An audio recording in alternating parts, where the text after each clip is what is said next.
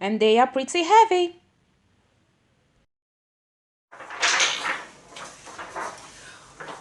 What do I have here? We're gonna be having loads of fun today, guys. So, usual greeting. Hello, my beautiful kings and queens. How are you doing?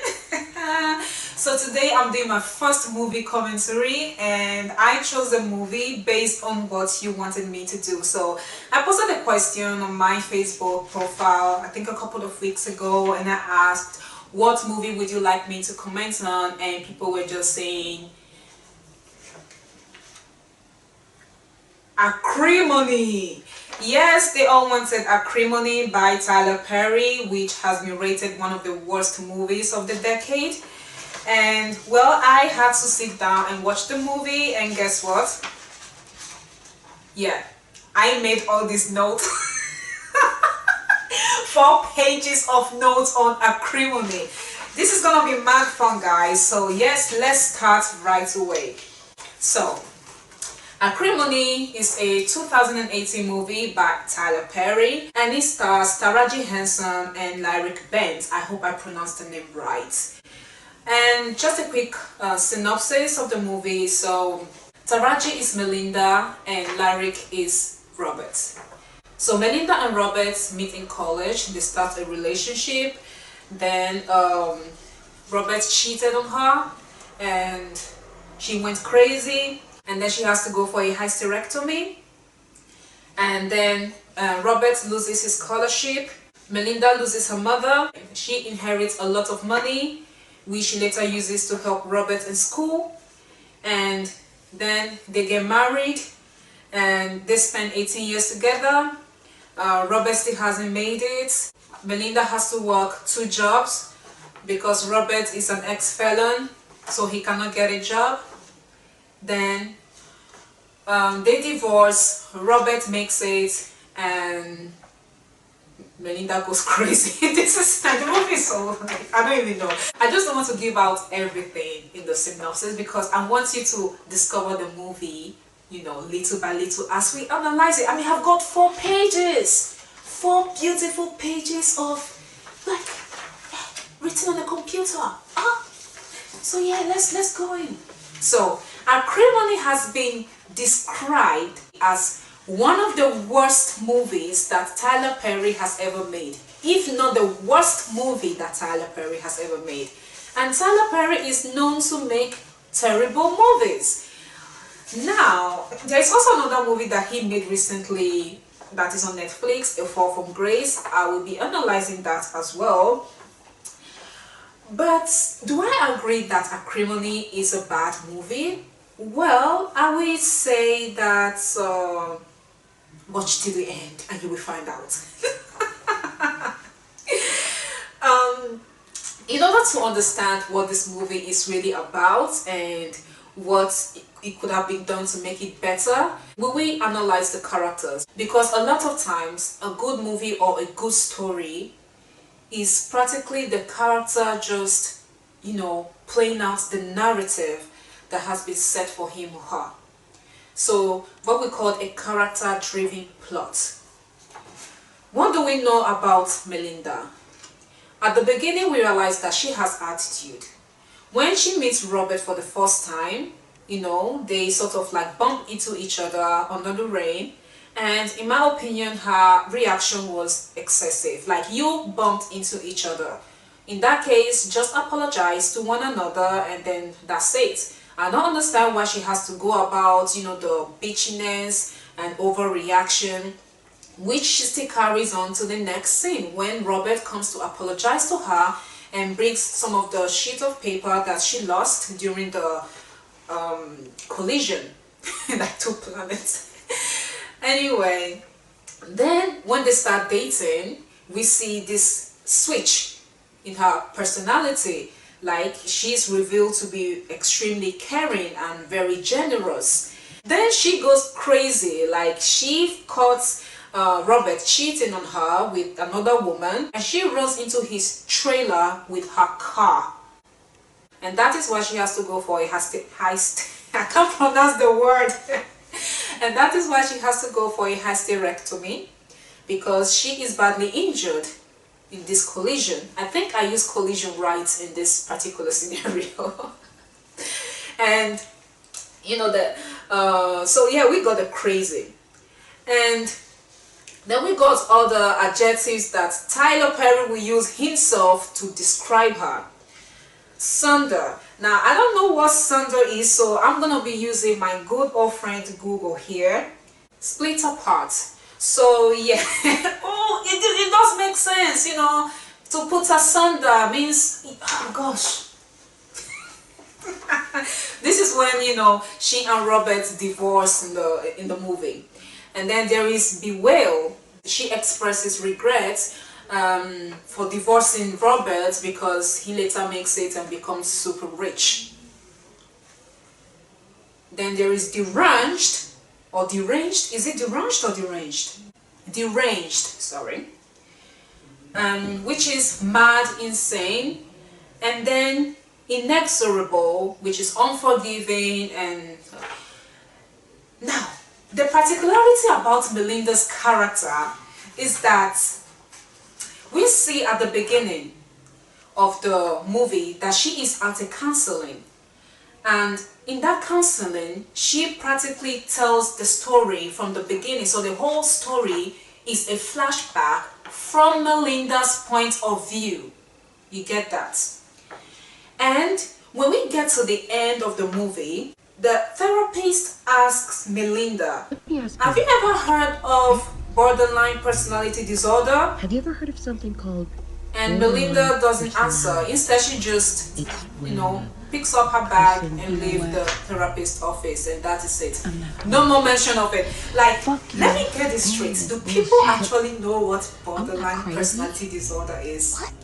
Do they know what a personality disorder is? I suppose Tyler Perry made researches before, you know, putting out this movie. So for him to have written a script that contains BPD, it means that he researched BPD and that he knows what BPD is and that he knows that BPD is treatable.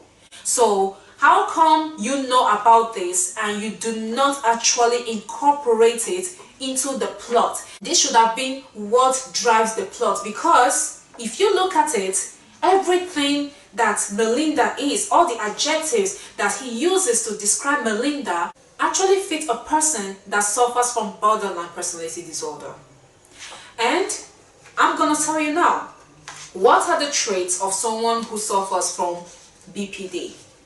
Severe mood swings, profound fear of abandonment, instability in relationships, unstable sense of identity, paranoia, excessive frequent anger, feeling of emptiness, impulsive behavior, recurring suicide threats or attempts, or self-harm. When I watched this movie, I watched it based on the, you know, idea that Melinda had BPD. So when I was watching the movie, I was also making a note of every single thing that she does that fits into the description. 1. Mood swings. I've already talked about the way she overreacted the first time she met Robert. Like, you bumped into someone, you don't go crazy. It doesn't make sense. It's an accident. And then the way she later starts swooning over him.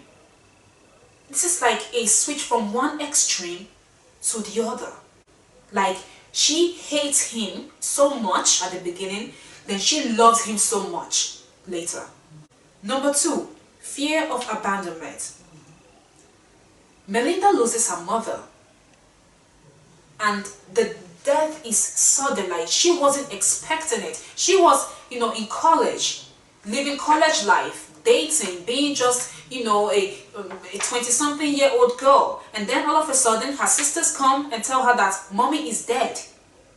That is like a sudden abandonment, and that triggers everything. This obsessive and possessive behavior that, you know, she displays towards Robert. She is scared that he is cheating on her.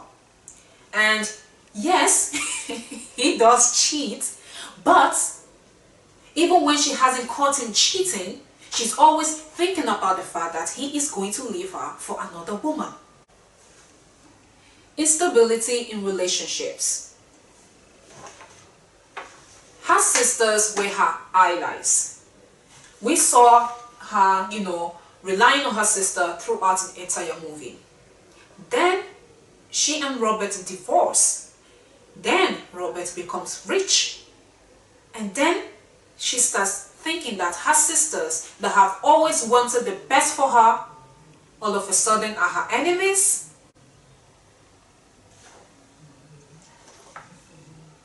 Four, unstable identity.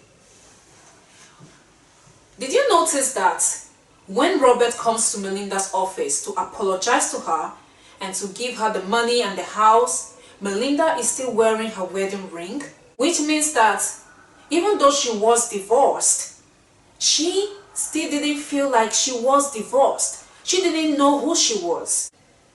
The paranoia. After Robert cheated, her paranoia skyrocketed. Like before, she was scared that he would leave her for another woman. Then he cheated, and now, I don't want to see you with another woman. Whose purse is this? Whose purse is this? you MF. Like, she divorced him based on the fact that she found a female purse inside his car. Anger. Well, during the movie, she took her anger to a level nonsense. Well, the first thing, getting angry because someone bumped into you, or she runs into his trailer with a car, then she attacked him physically, and then she tries to kill him. Well, I think that she couldn't be angrier than this. And then feeling of emptiness. After she and Robert divorce, she goes on a date with another man whose name I don't remember. I think he's totally inconsequential. And while she is on a date with this man, she is absent-minded because he is not what she wants. And she doesn't know if Robert is what she wants. Like, she just doesn't know. She knows that there is something missing in her life, but she doesn't know what it is. That is the feeling of emptiness. 8, impulsive behavior. So, do you remember how she and Robert had sex the first time? It was on the day of her mother's funeral. Another impulsive behavior, she spent all her inheritance on Robert. She pays for his last 2 semesters. She mortgages the house. She asks for a divorce even though she doesn't want it. Like, she just, acts on the moment based on the emotions of the moment. And then, of course, she ends up regretting every single one of these actions. 9, recurring suicide threats or attempts or self-harm. So Melinda doesn't try to kill herself, neither does she threaten to kill herself, but she does engage in self-harming behavior, such as drinking. We see her at some point consuming a lot of alcohol and just going berserk. So yeah, 9/9, we see that Melinda's profile actually fits the profile of someone that suffers from borderline personality disorder. So why wasn't this included in the plot? Why wasn't this used as the main drive of the plot? So it seems that Tyler Perry doesn't really care much about, his character's mental deficiency. He just wants to pass a message. And I'm not going to say the message now, I'm going to say it later. But the message is crap. And so, what does he do? He forces this unrealistic narrative. Robert's character is inconsistent. For more than half of the movie, we don't like Robert. We see him as this lazy man who thinks that he is going to become rich one day and be at the top of the world. He is unrealistic. The man doesn't even work. He spends his wife's money until he makes the both of them broke, and then he gets her to get a mortgage. But I don't want to I don't want to rant too much, because I made a list of all the things that Robert did in the movie that made him so unsympathetic.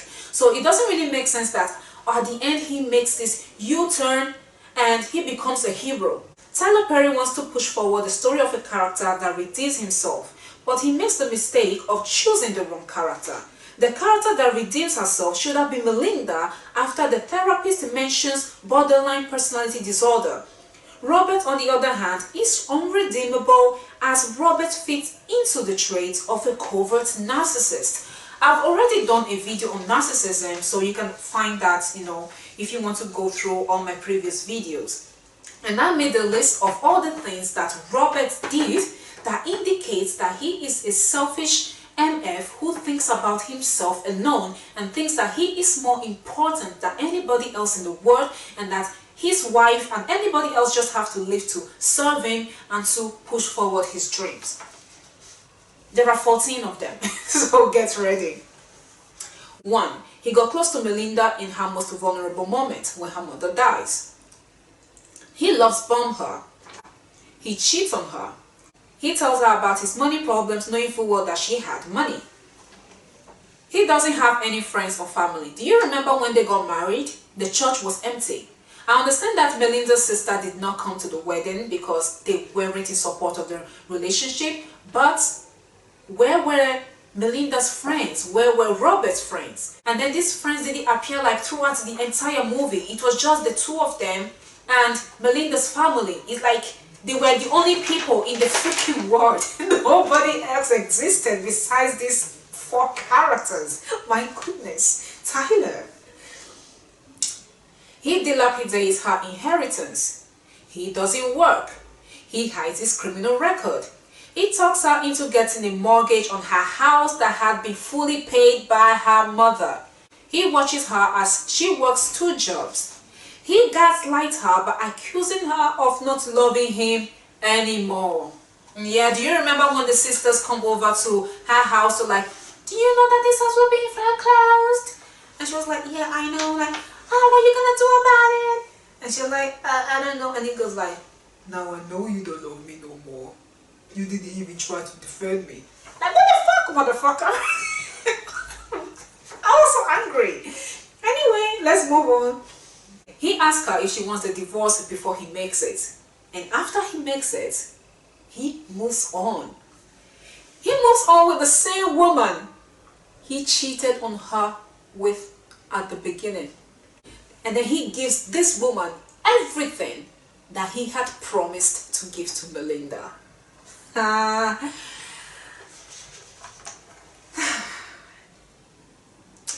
does Tyler try to make Robert a sympathetic character? Well, he marries her even though Melinda tried to kill him. Good boy. He marries her even though she can no longer have children. Good boy. He tells Diana that he can never cheat on his wife again. Good boy. He opposes the divorce twice. Good boy. He gives her $10 million. He rebuys her mother's house. He thanks and apologizes to her. Ooh.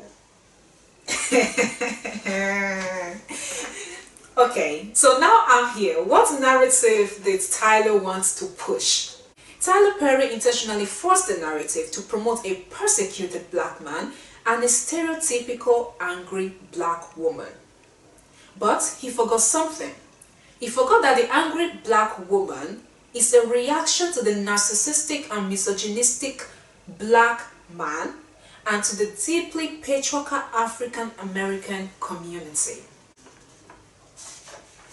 How did I even know that Robert's character was inconsistent? No matter how Tyler Perry tried to spin the entire narrative to make him look like a good guy, he never ever appeared to me like the good guy.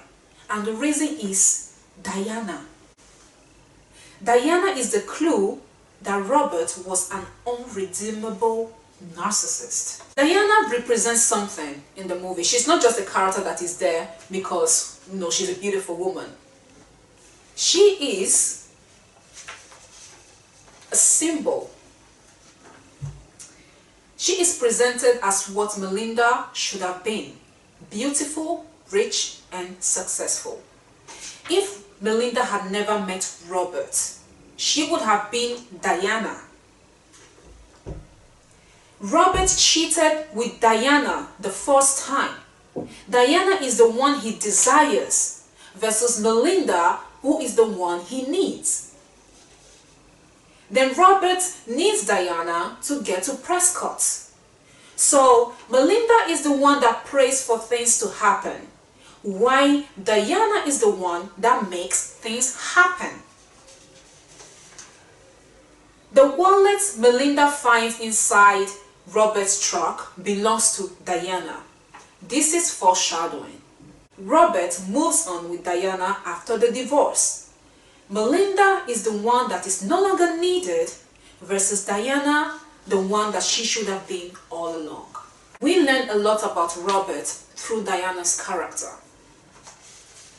What we learn about Robert is that neither Melinda or Diana actually matter. Both women are perfectly interchangeable. He needed Melinda at the beginning, then later he needed Diana. When he envisioned his life as a rich man, he doesn't take what Melinda wants into consideration. Has he ever asked Melinda what she wanted? Because during the movie, I never for once saw him asking Melinda, what would you like to do if tomorrow I become rich? No, he doesn't do that. He keeps talking about where he wants to live, where he wants to go, what he wants to buy, and what he thinks that she wants to wear, like the ring or the jewelry or stuff like that. He practically takes it for granted that Melinda wants the same life that he wants, and he inserts her into his plan. And when Melinda decides that she is no longer interested in a marriage, what does he do? He takes Diana and replaces Melinda. Like he takes Diana and inserts her as the new woman in his plan. There is another movie where a man replaced his wife with another woman, and it is also by Tyler Perry. It is the Diary of a Mad Black Woman. Tyler Perry is very repetitive. Like all of his movies are almost the same. And I have watched The Diary of a Mad Black Woman. And what I noticed is that Robert is practically a revisited version of Charles. Charles and Helen are the protagonists of The Diary of a Mad Black Woman.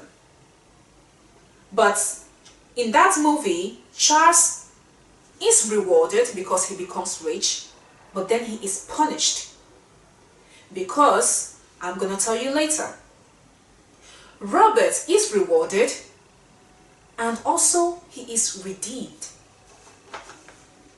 Why is Charles punished while Robert is redeemed? Well, the answer is very simple. What happens to these two men depended largely on how the women behaved. Helen was virtuous. Melinda was not virtuous. Virtuous Helen. Helen was supportive throughout. She never accused her husband of cheating. She was the one who was cheated on.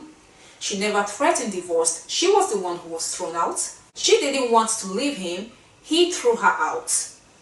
She was conflicted about going back to him even after she found love with Orlando.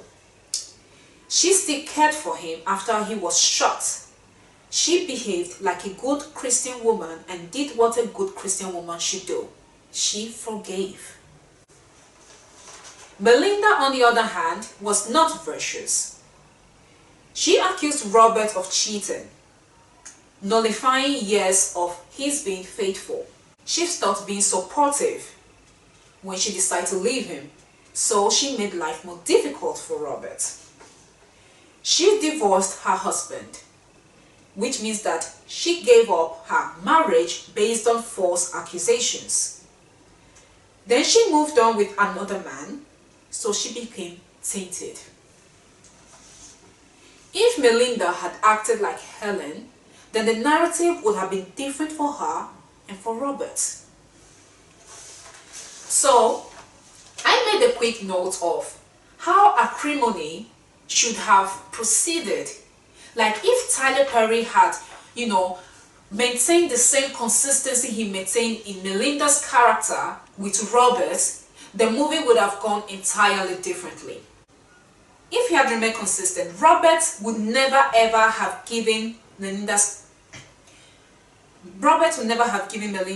$10 million. He never would have reported her mother's house. He never would have gone to the office to apologize or to thank her. He would have moved on with Diana, and he would have forgotten about Melinda. Because like I said, Robert is nothing but a Charles. And based on this narrative, Melinda would never have sued Robert because why? She has $10 million. Why would she sue again? It doesn't make sense. Instead, it would have made sense for her to sue him for the $1.2 million she invested in his project for the 18 years that they were married, and perhaps for the house that she lost as well, and then for the damages and everything. That would have made sense as a lawsuit.